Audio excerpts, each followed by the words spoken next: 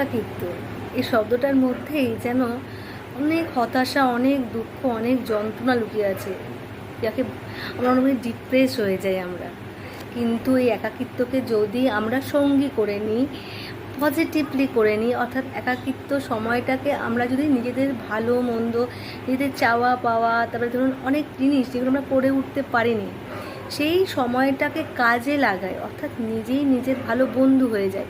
কারণ আমরা সবসময় কী করি, জাজমেন্টের মধ্যে ভুগি। কিন্তু একটা বন্ধু কিন্তু জাজমেন্টে থাকে না, সে সবসময় পিঠ চাপড়ে আপনাকে বলে হ্যাঁ ঠিক করছিস, এগিয়ে যা, পরে ভুলটা বললেও সেটা সুন্দর করে বলে। তাই নিজের ভালো বন্ধু হয়ে যান, নিজেই জানবেন যে কোনটা ভুল করছেন আর কোনটা ঠিক ঠিক করছেন, ফলে এগোতেও অনেক সুবিধা হবে।